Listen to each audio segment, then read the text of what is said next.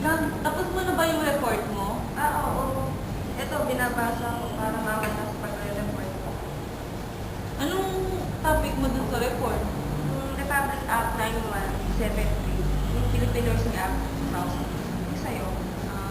Yung sa akin, yung Magna Carta din. Pero tapos ko na yun. Anong meron dun sa report? Yun nga yung Article 6, yung scope of nursing. Tulad ng pagbibigay ng tamang alaga sa pasyente, pakipag-ugnayan sa ibang komunidad, pagbigay ng health education sa mga tao, komunidad, and sa pamilya. Turuan ng mga estudyante ng nursing programs tulad sa hospital, clinic, ganyan.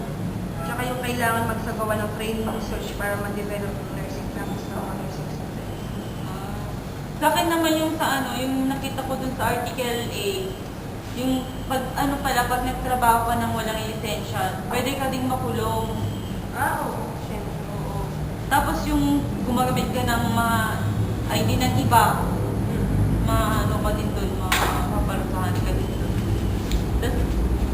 Tapos,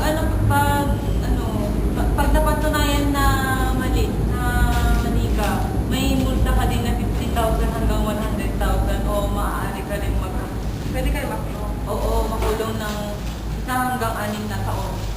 Kakatapos Oo, pa lang. eh. Kaya tayo, huwag natin gagawin yun ha. Oo naman.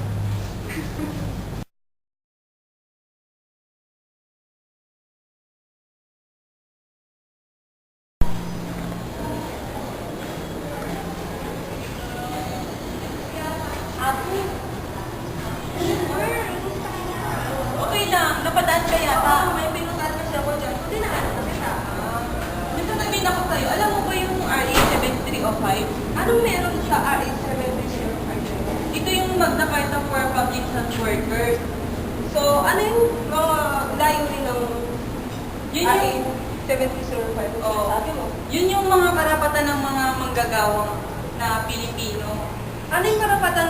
So, anong karapatan? I mean, karapatan ba nila mag-absent? At saka mag-leave kapag nagkasakit sila? Oo, karapatan nila yun. Tsaka yung pantay-pantay din na pagtrato sa kanila ng mga amo nila. Ganun. Tsaka yung na pagtatrabahuan nila.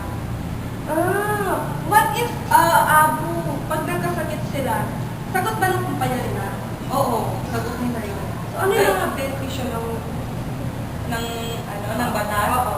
Ito yung subsistency allowance, remote assistance allowance, yung mga ganun. Tsaka basta madami pa yung mga iba. Ang dami din pala ng benefits ng Magna Carta ngayon, no? Oo, kaya nga, yung pwede din yung mga mag-asawa, pwede din silang magtrabaho sa isang kumpanya. Basta meron lang silang katibayan. O sige, O, saan ka na? una na ako.